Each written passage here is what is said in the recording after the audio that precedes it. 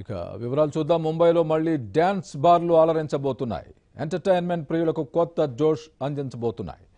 Dance బార్లకు supreme court దాదాపుగా పూర్తి స్థాయి గ్రీన్ సిగ్నల్ ఇచ్చేసింది.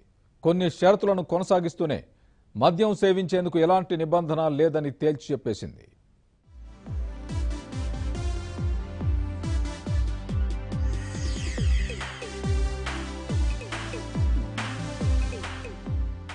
ముంబై డాన్స్ బార్లపై అందరి దృష్టి.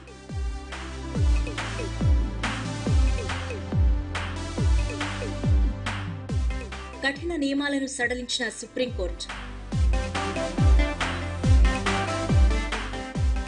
మద్యం తాగుతూ డాన్స్ ఎంజాయ్ చేసే వీలుందన్న అత్యున్నత న్యాయస్థానం.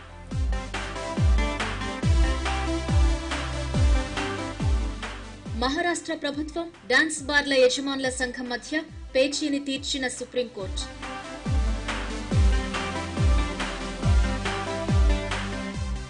మహారాష్ట్రలోని డాన్స్ బార్లపై రాష్ట్ర ప్రభుత్వం విధించిన ఆంక్షలను సుప్రీంకోర్టు సడలించింది. డాన్స్ బార్లలో సీసీటీవీ కెమెరాలు ఏర్పాటు చేయాలన్న రాష్ట్ర ప్రభుత్వ నిబంధనను తోసిపుచ్చింది. డాన్స్ ను సీసీ కెమెరాల్లో రికార్డు చేయడం ప్రైవసీకి వ్యతిరేకమని కోర్టు అభిప్రాయపడింది. కెమెరాలు ఏర్పాటు చేస్తే వ్యక్తిగత గోప్యత దెబ్బతింటుందని కోర్టు అంటోంది.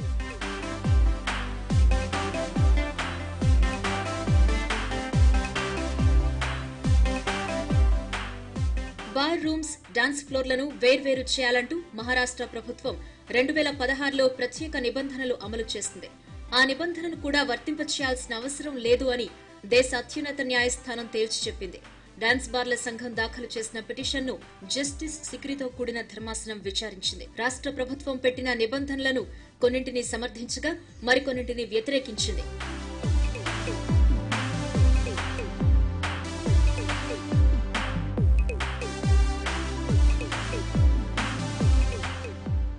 డాన్స్ చేసే అమ్మాయిలపై నోట్లు, నాణేలు విసరడం సబబు కాదని కోర్టు అభిప్రాయపడింది. డాన్స్ వేసేవారికి టిప్స్ ఇవ్వడంలో తప్పు లేదని కోర్టు అభిప్రాయపడింది. మత సంబంధ ప్రదేశాలకు, విద్యా సంస్థలకు కిలోమీటర్ దూరంలో డాన్స్ బార్లు ఉండాలి అంటూ రాష్ట్ర ప్రభుత్వం విధించిన ఆంక్షలను న్యాయస్థానం తోసిపుచ్చింది. సాయంత్రం 6 గంటల నుంచి రాత్రి 11:30 వరకు మాత్రమే డాన్స్ బార్లు పనిచేయాలంటూ రాష్ట్ర ప్రభుత్వం విధించిన నిబంధనను సుప్రీంకోర్టు న్యాయమూర్తి సమర్థించారు.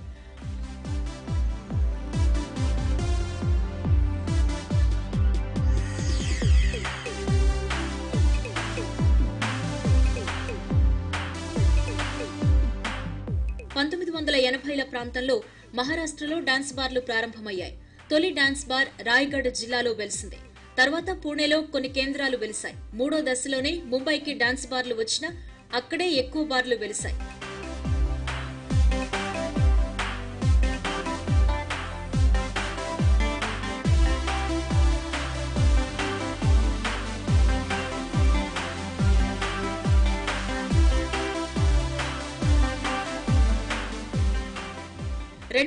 నాటికి ముంబైలో ఎక్కడ చూసినా డాన్స్ బార్లే కనిపించాయి. లైసెన్స్ పొంది 300 డాన్స్ బార్లు నిర్వహిస్తుంటే అనుమతి లేకుండా మరో 400 డాన్స్ బార్లు నడిపారు.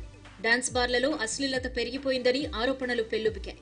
దాంతో రంగంలోకి దిగిన మహారాష్ట్ర ప్రభుత్వం అన్ని డాన్స్ బార్లపై నిషేధం విధించింది.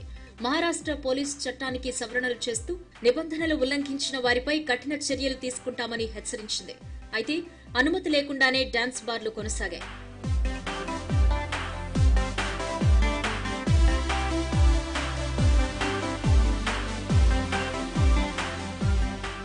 మహారాష్ట్ర ప్రభుత్వ చట్టాన్ని బాంబే హైకోర్టు 2006లో కొట్టివేసింది. అప్పుడు ఒక ముంబైలోనే 20,000 మంది మహిళలు డాన్స్ బార్స్ లో పనిచేసేవారు. అప్పటి నుంచి ప్రభుత్వం, డాన్స్ బార్స్ యజమానులకు మధ్య కోర్టులో కేసులు నడుస్తూనే ఉన్నాయి.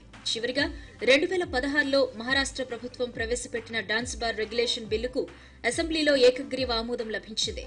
డాన్స్ చేసే ప్రదేశాల్లో మద్యం సరఫరా నిషేధించడం, రాత్రి 11:30 తర్వాత బార్లను తప్పనిసరిగా మూసివేయాలని, లేదంటే వారిపై కఠినమైన చర్యలు చేపడతామని రాష్ట్ర ప్రభుత్వం ఆంక్షలు విధించింది.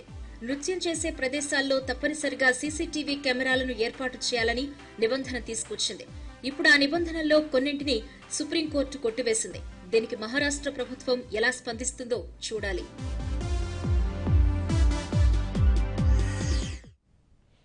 బులెటిన్లో కాసేపు విరామం తీసుకుందాం. చూస్తూనే ఉండండి ABN.